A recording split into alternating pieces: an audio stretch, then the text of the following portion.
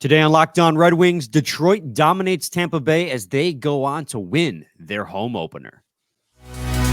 You're Locked On Red Wings, your daily podcast on the Detroit Red Wings. Part of the Locked On Podcast Network, your team every day.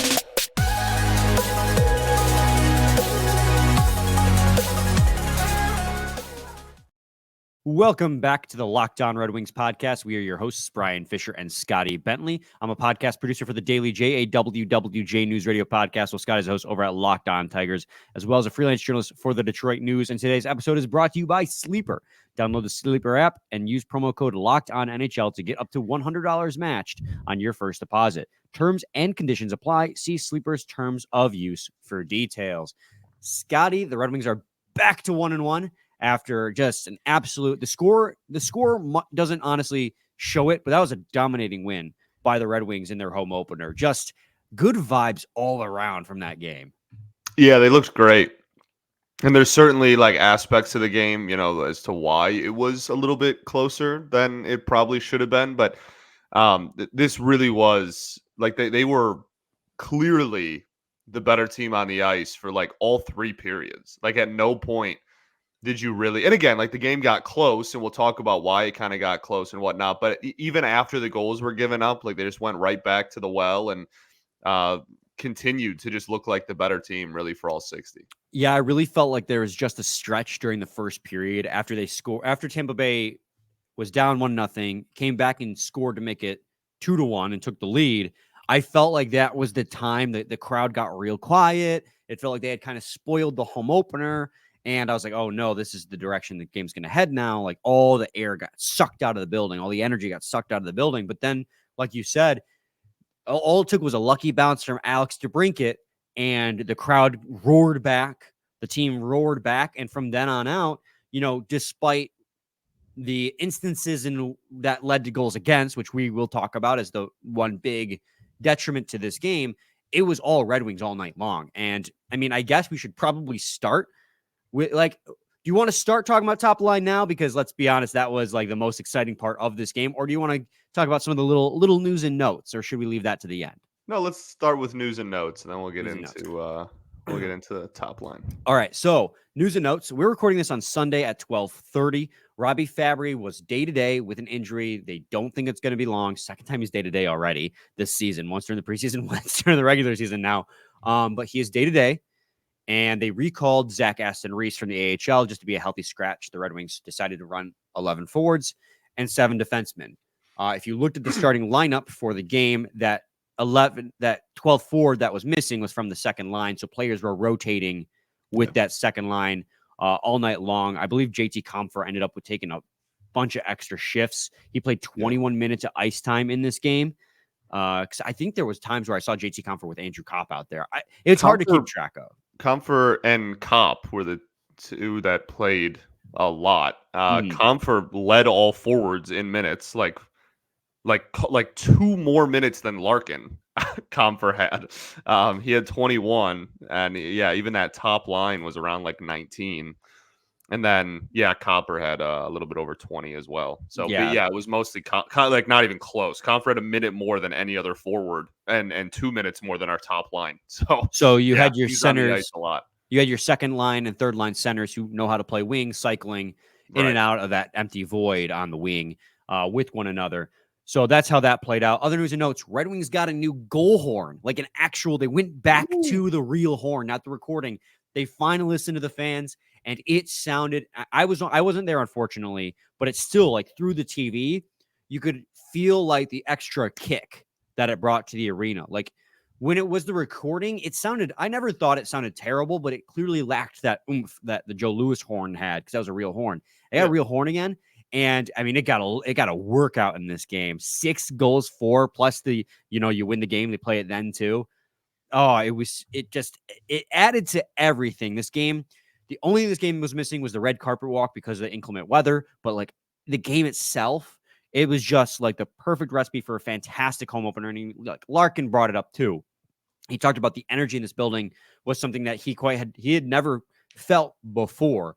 So it's games like this that really, I don't know, again, second game of the season, the team's 1-1. But it's games like this that really make you want to believe that this year is going to be different. It really does. The energy was just electric. The team was playing fantastic, minus one flaw. And you dominated a Tampa Bay team that's no slouch. Granted, they have goalie troubles right now, but that is not a bad team. You saw it with Steven Stamkos. Yeah, well, it's also, and some of this is kind of mitigated because it was the home opener, and you're always going to kind of, play ready and play Yes. riled up in the home opener. But like, it would have been really easy to, after a super hard fought and emotional loss to New Jersey, just kind of like roll over and lose the next game too, right? Like that would have been super easy, and they didn't. And I talked about it on Friday, like, these interdivision games, I don't care if it's October or April, like are going to be absolutely vital. Like these are super, super important. And for a team that everybody in the world has projected to finish ahead of the Wings in the standings and in the division, to take a win against them is huge. So I give them a lot of credit for not, letting the hard fought, emotional, really, really close loss to New Jersey, kind of spiral into whatever 1, 2, 3 losses after that. Because that's something that over the last 5 years has been like a pretty a rather common occurrence, and we couldn't comfortably beat, I should say, like Arizona the last 2 years. Like it's just like there are situations sometimes that kind of cause stuff like that. So yeah, I thought it was a great win. The goal horn was obviously awesome. They have the clip from Without Me and Eminem playing after the goals. I don't know if that's a long-term thing or if that was just for the home opener or what, but most people seem to like that too. I don't know, man. The boys are buzzing. The boys are buzzing. It's a fun time to be a Wings fan, and hopefully that momentum keeps going forward, because we'll talk about it a little bit at the end, I'm sure. But our schedule this week is a lot of teams that are like, I guess I'll call them like fringe playoff teams. Not really Columbus, but like everybody after that is like, it's a lot of teams that are kind of in the same tier as you, so can pick up some important wins this week. Yeah, absolutely. And that game against Ottawa on next Saturday is huge in that regard in Ottawa. But Scotty, let's talk about, if you're ready, we talk about the top line, baby. The top line and the aggressive forecheck kind of parlay into one another. Obviously, every line was part of the aggressive forecheck, but I mean, I'll own up to it. Obviously, again, this is just one game in which we've seen this, and it's worked really well. But I was skeptical when they acquired Alex DeBrincat if Larkin, Raymond, and DeBrincat would mesh to make a good line. I thought David Perron would be the easy choice because of his play style. Unfortunately, it does seem like Perron's age is finally getting to him. He's never been a fast skater. That's never been like the great part of his game. And Larkin and DeBrincat can skate, especially Larkin. He looks like he was lagging behind the entirety of the first game. And here in this game, you put Raymond back with him, and that line was just buzzing the entire time. I feel like we should start off with DeBrincat first and foremost, because it's been a long time since the Red Wings have had a pure sniper, a pure shooter. Malone talked about it in the postgame. Like, that's what you bring DeBrincat in to do. Shooters find spots to shoot, and they shoot. And a little bit of luck with the assist on the first one, bounced off Glendenning's stick. Then, I was watching live, and it looked like magic with how it ended up in the back of the net. Yeah. I had no idea what happened and what it hit off of. On replay, it bounced off the ice and bounced higher in the air than it initially was shot over Johansson's stick. And then, of course, in the third period, Dylan Larkin just doing captain stuff, man. Just absolutely phenomenal on the forecheck, winning a puck battle in the defensive zone, going down on 2-on-0. DeBrincat again, he feeds him, boom, finishes it. Alex DeBrincat, he's got 4 points, including an assist and a goal in the first game. No, assist in this game on Sprong's goal. Right. That should have been his goal. It just stopped on the goal line. And then an assist or a goal in the first game for 4 points in the first 2 games. 3 goals in 2 games. 3 goals in 2 games and an assist for 4 points. Like, he's been better than advertised, because I feel like the expectations were a little bit dampened because of the Ottawa season. So it's like this feels like the DeBrincat we saw in Chicago. Well, okay, we're 2 games in, but like it is like I'm talking about last night. Yeah, last night that looked like Chicago DeBrincat. I'm just saying, like, I'm not like anointing 40 is guaranteed, 2 games in, but like, again, I don't know. It's definitely one of those things where after the preseason, people were like, oh, like he didn't score a goal all preseason. Like this, he's he's not what he was. He's not on the line with Kane. He's gonna suck. Like, he's not gonna be that like goal scorer. And I can't give credit because I don't remember the username, but in the comment section on the Red Wings Instagram, the top comment for the video of DeBrincat's first goal was somebody had commented, it's almost like scorers score. Would you look at that? And I was like, that dude's right. Like that guy is spitting. Like that's literally facts. Like it's just, you know what I mean? It's I know it's like a weird bounce, but like that's what when you're on the ice to score and put the puck on the net.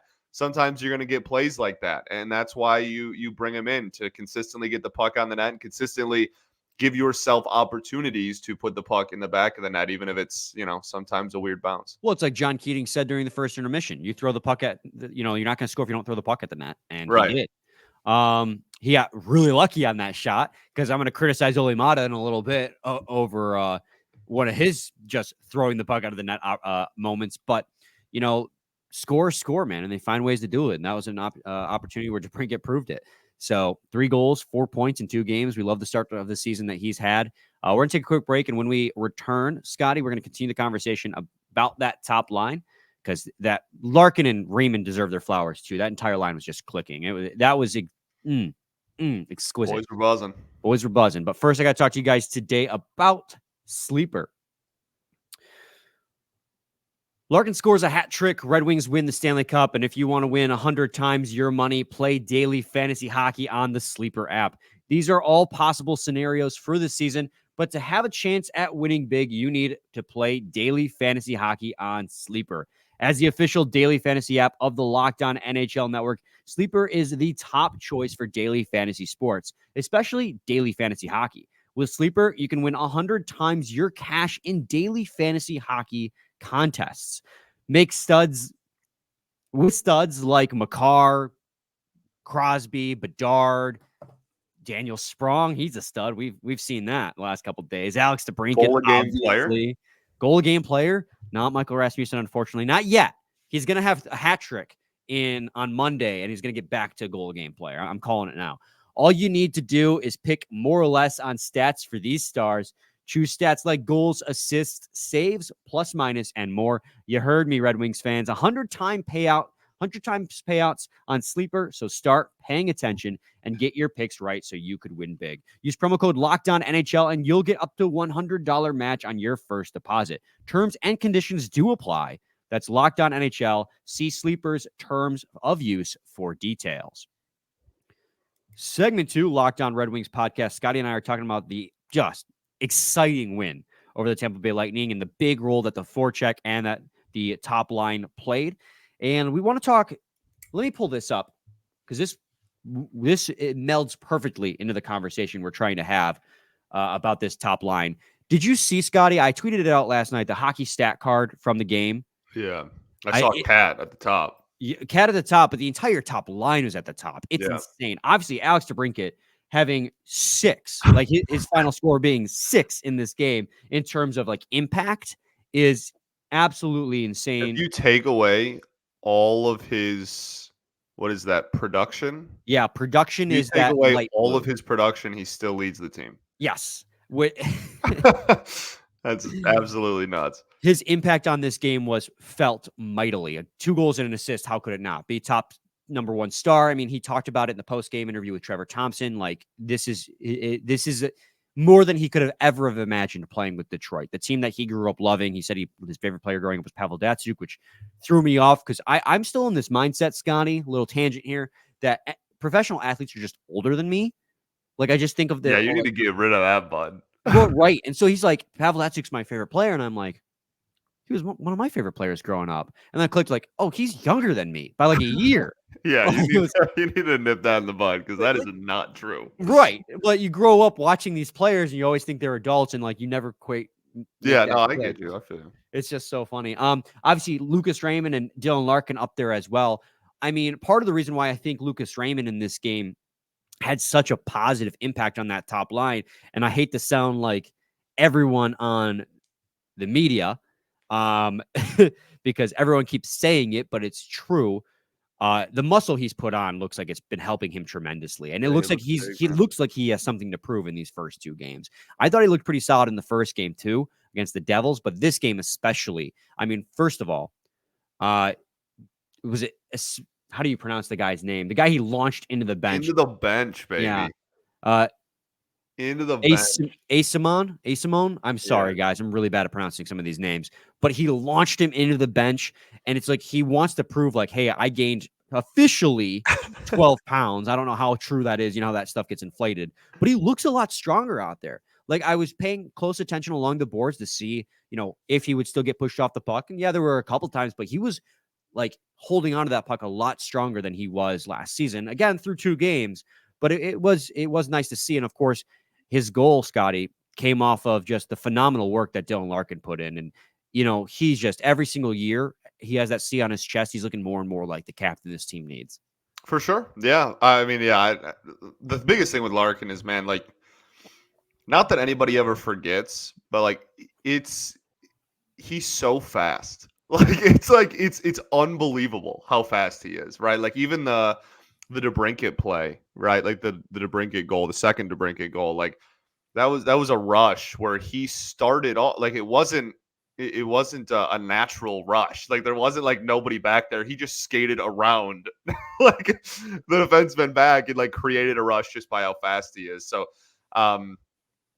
yeah, like he's remarkable. And I think for Raymond, I think he looked really, really good in this game. And that top line was It was buzzing. unbelievable. I think that the Perron Raymond switch, I think you have to go Raymond going forward for the foreseeable future. But B, I think Perron also, like, I just don't hate the idea of Perron down there in like the middle 6. Like I don't hate that at all. I think that that he can provide, some depth and there's some younger players down there. I think that that's like not a bad idea. But for me, it's not even necessarily like speed for Perron. It's just like what they were asking him to do on the top line. Like on the That's top true. line, they were asking him to be like the The pass first guy, and he's not. yeah, well, pass first, yes, but even more so, like, excuse me, he was the pass first guy, but he was also asked to be like last year's Sunquist. Like they were like, yeah, just go in front of the net and like wreak a bunch of havoc and really like make your presence felt in the corners and stuff. And it's just like he's not big enough to do that against other teams, like same roles, like guys that are in the same role on opponents' teams, especially good teams. I just thought the role that they were asking of him from pass first to what he was doing off the puck just like didn't really ever fit in with the style of player that he is.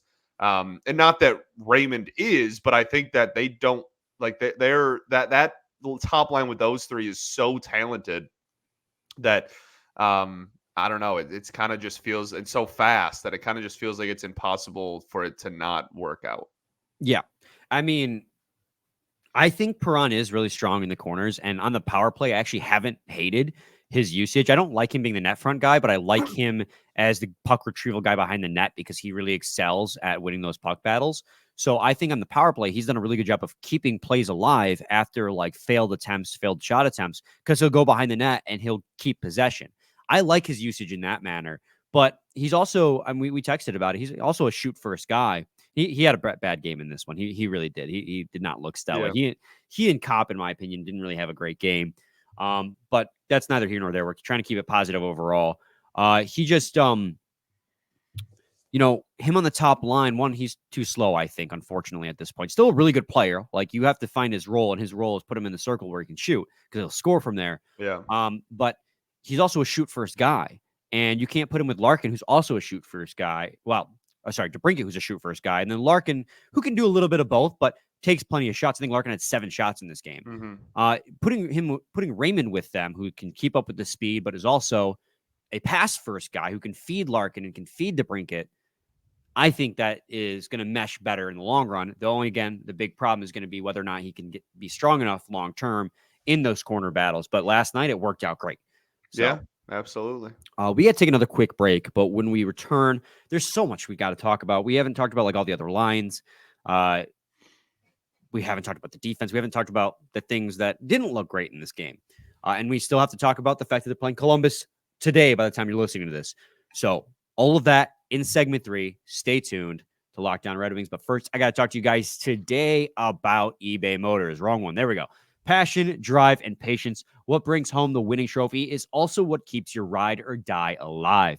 eBay Motors has everything you need to maintain your vehicle and level it up to peak performance, from superchargers, roof racks, exhaust kits, LED headlights, and more. Whether you're into speed, power, or style, eBay Motors has got you covered. With over 122 million parts for your number one ride, you'll always find exactly what you're looking for. And with eBay Guaranteed Fit, your part is guaranteed to fit your ride every time or your money back. Because with eBay Motors, you're burning rubber, not cash.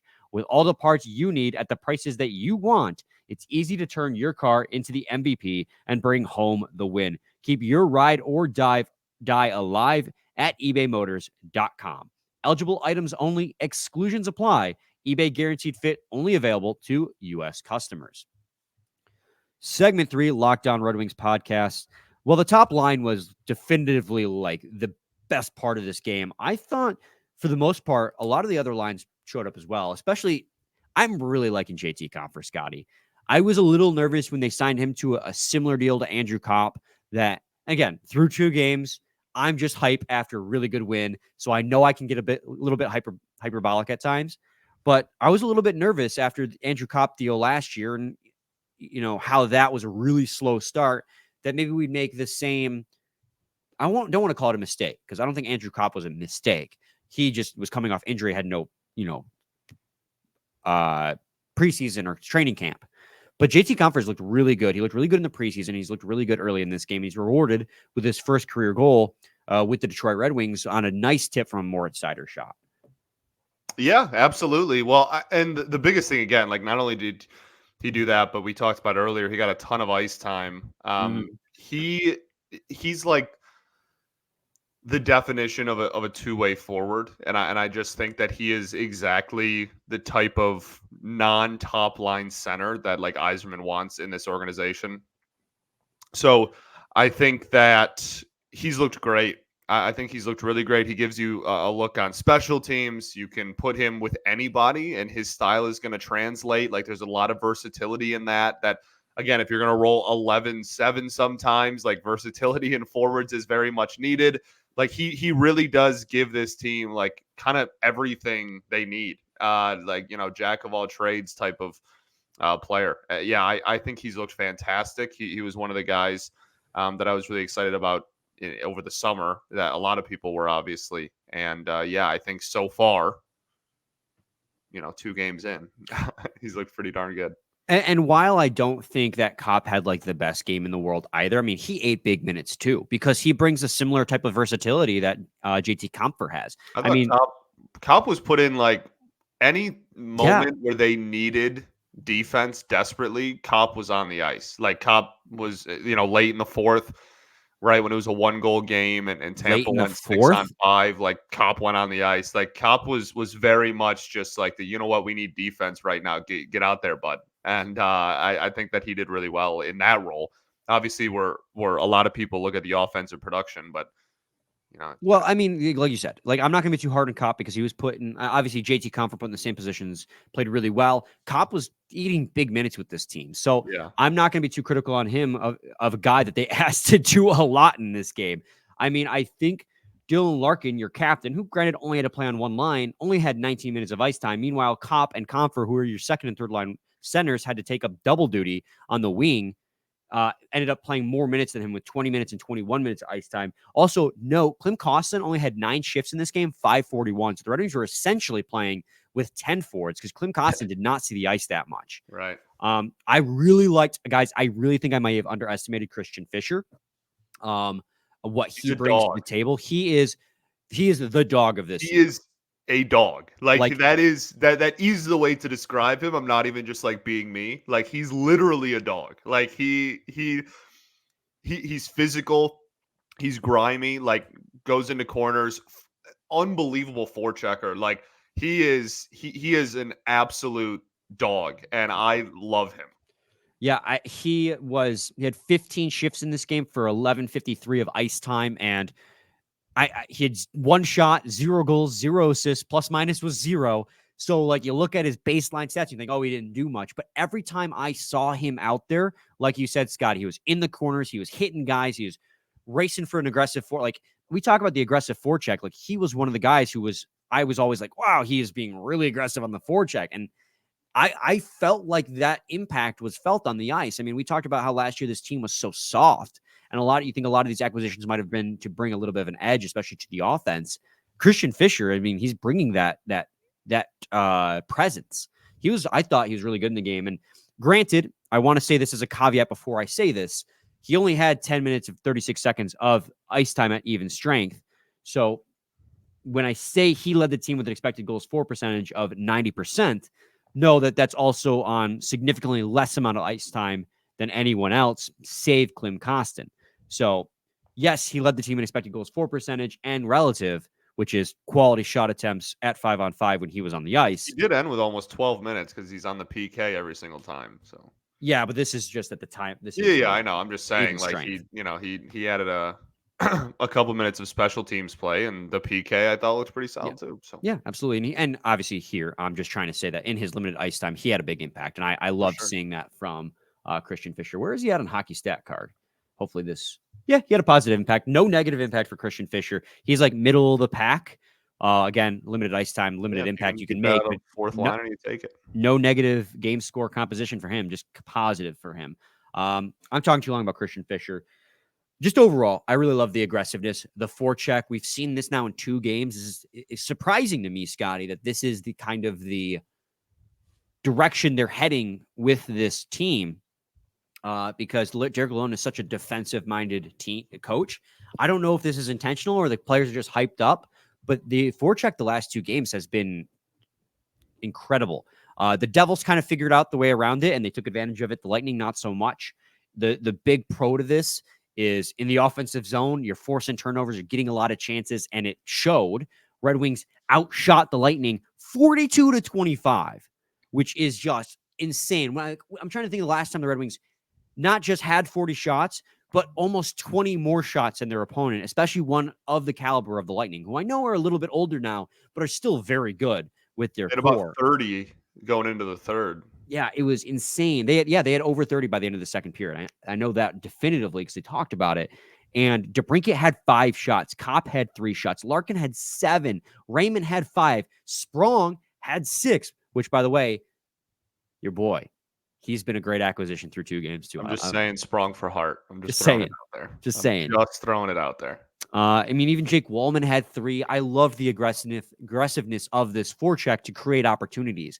But there's one major downside to playing that aggressive, and that was the odd man rushes going back the other way, which is what led to 4 goals against. Right. And I know a big part of the conversation is immediately going to be looking at Husso with his .840 save percentage in this game. And yeah, I think there was at least 1 goal that Husso should have had.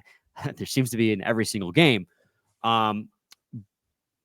But it's a direct consequence of an aggressive forecheck. A lot of guys go deep for the puck. If they don't come out with the puck successfully, it's an odd man rush going back the other way, 3-on-2, 3-on-1, 2-on-1, stuff like that. And the Lightning are too talented of a roster in terms of shooters to be giving them that kind of opportunity. And it's exactly what happened in this game. And I think I don't want to solely blame the defense, but there were a few defensemen in this game who I was like, oh, this is the pairs are going to continue to be a problem until they can figure that out. Well, yeah, the aggressive forecheck I love. I mean, yeah, I've been on this show for 2.5 years now, and I feel like I've been complaining about a lack of a forecheck for about 2.5 years. Dump and change, baby. Dump and change. I'm all right. I'm glad that we're finally I can't believe we're here. I wake up every morning and I go, wow, my hockey team is aggressive on the forecheck. It's a miracle. But that being said, it definitely led to a lot of odd man rushes and just rushes in general. And that is why this game was even as close as it was, despite the fact that the Red Wings were pretty comfortably the better team. I think I'm with you. I am not gonna put, and I feel like it's like so our reputation now, and I don't want to go down Yeah. that rabbit hole again. But like, I'm not gonna put like a lot of the blame on Husso. Like, it was consistently like rushes and being left out to dry. Yes, I'm and like not going to expect him to, make again. Like, what I agree with you. The Stamkos goal he should have stopped. Like, it's hard for me to be like, oh yeah, save every single high danger opportunity. Like, you know what I mean? This isn't one of the premier goalies in the NHL. So, yeah, and again, to your point with the defense, the one way you can like somewhat mitigate and like combat that would be if you had speed on the blue line. And like, one of your pairs, respectfully, is Sherrod and Petrie. So like, you don't have speed on that, when that pair's on the ice. So yeah, and that's that's not to say that Seider certainly had a couple of flubs in this game, him and Wallman. So like, I'm not saying it's just all on them, but if you don't have a pair with at least half of that pair having some speed, you have if you play really aggressive on the forecheck all year, you're gonna have that ability to get kind of cooked on the back end. Yeah, and like, to be fair, you can't, with how aggressive, to go back to what I was saying originally, right? Like, with how aggressive that forecheck was, it's gonna lead to odd man rushes going back the other way. So when teams score on odd man rushes, you can't really blame the defense. They're at a literal numbers disadvantage, trying to do everything they can. But like you said, having speed would help mitigate it. And I mean, I liked what I saw from Seider and Wallman offensively. But obviously, like you said, there were some, and even the game scorecard, if you believe in advanced analytics, say defensively, they were a negative in this game, but they were such a positive offensively that it completely offset that negative. Right. Which kind of matches what you see. I mean, Wallman was on a 2-on-1 with Joe Foligno, couldn't finish, but we digress. And Moritz Seider obviously had an empty net goal, which helps boost those numbers at the end. Half a second left, baby. Half second left, just a complete dagger. And I'm not trying to say they had a bad game. I think they had a good game overall, but they are talented enough as a pair that they can kind of offset any errors that they make earlier in the game, is what I'm trying to say. Whereas the rest of the pairs are so, especially when you're running 7, it just constantly changes. And I don't necessarily think that any one defenseman had a bad game in this one. It's just about finding that chemistry. I mean, Petrie did some things that I like. I mean, he laid a couple big hits, which is the presence you want him to bring, but also, he gets walked. Same thing with Sherrod. The Oli Mata goal, which I thought was, as much as I praised DeBrincat for just firing a puck at net and luck taking hold, Mata felt pressure on the blue line with Hagel coming at him. And what's he do? He just fires the puck because he's under pressure and he wants to get rid of it right into Hedman's skates. Hagel sees this, breaks towards the ice. Hedman feeds him. Boom, it's a breakaway, and he scores. Where I think he was with Sherrod at that time. I think I'd have to double check on that one. I should have double checked beforehand. I think he was with Sherrod on that one. Why was Sherrod not cheating back to center when he saw Hagel break? When he saw Oli Mata under pressure? Not completely sure. I also am not a professional hockey coach, so maybe that's not the play to do there. But that was one of those moments where you're like, okay, these pairs, obviously outside of Wallman and Seider, have a lot to work to do. That being said, Ghost Despair, loved his play again. Love Ghost Despair. He's a dog. Well, and like, I think that might be one of the reasons why he's on third pair, because, if you're going to be an aggressive on the forecheck, he's not going to be on the blue line. Like, he's not. So if you're going to be aggressive on the forecheck, you're going to leave one defenseman just completely hung out to dry if they have an odd man rush the other way. So I think that might be kind of strategic. He played more minutes than like Petrie in this game, which I appreciated. I said after game 1 that was going to drive me nuts. I think he had way less than Sherrod still, but regardless, I'd like to see him get a little bit of a more prominent role, but I kind of understand, like, if you put all your cookies in one jar, whoever, if it's Hall, whatever, that guy's really going to be left out to dry. Yeah. If there's a turnover. And again, I'm not even trying to say that the defense played bad. I don't think they did. There were just No, I don't moments think here so and either. there. Again, it's just rushes, and like that's not necessarily like, oh, It's not their fault, it's right? not the defenseman's fault that there's a rush. Like that's just comes with the territory of playing that Well, uber aggressive forecheck. with the exception of like bad pitches, in which case that would be Yeah, the yeah, of defenseman's course, fault. of course. The point I'm trying to get across here is like they still got to figure out what the best pairings are for the best chemistry. Yeah. And it might take a little while for them to get there. Anyways, Scotty, oh God, we're 35 minutes in. We still got to talk about Husso. We got to talk about the Blue Jackets. We already talked about Husso. Okay, yeah, you're right. We did. Everything's happening so fast. The one thing I'll add about Husso is that there was one goal I thought he should have had, and I think that was the Stamkos odd man rush that the Yeah, Red Wings we came said back that. to cover. This They was took already away. said. Did I? Okay. Yeah, you All said it. I said it. We said it. All right. Cool. Cool. All right. Calm down. Slow down, Brian. We're good. Columbus. I think that's it for this game. We talked about CBJ? Fabry and everything. Yeah, I mean, Columbus Blue Jackets, man. I don't have their page up. Man, I'm slacking right now. Here, talk about them as a hockey team. Who do they have? What do they got? What's going on? Who do they have? Well, they are a hockey team. No, I mean, this is like obviously a team last year that was not very good, and going into the game, even though the Wings are on the road, I would imagine the Wings are going to be favored in this game, rightfully so. How's Mr. Hockey doing? How's Johnny Hockey doing so far? So far, he's got 2 assists. That's it. Okay, well, let's keep him off the board. Boone Jenner with 3 goals and an assist through. Yeah, I was gonna say Boone Jenner leading the team in pretty much every offensive category so far. Get this though, they lost to the Flyers but beat the Rangers. That sounds like the Columbus Blue Jackets right there. Let me tell you. Yeah, man. I don't know. Like this is just like still not a very good hockey team. I think they're going to be better than they were last year. But like that doesn't. I don't know. That doesn't. Oh, Boone Jenner had a Hattie over New York, so there's 3 That'll goals. help. Yeah, I just like there's not really too much preview. Like they've only played in 2 games as well, so we don't really have like a big enough sample size to talk about them and like how different they are from last year. But this was not a good hockey team last year. You took a big step in the right direction. If you play even half as good as you have in the first 2 games, this will not be a competitive contest, and I hope that that's what happens. Yeah, I agree. This is also a team that is already battling key injuries to their lineup.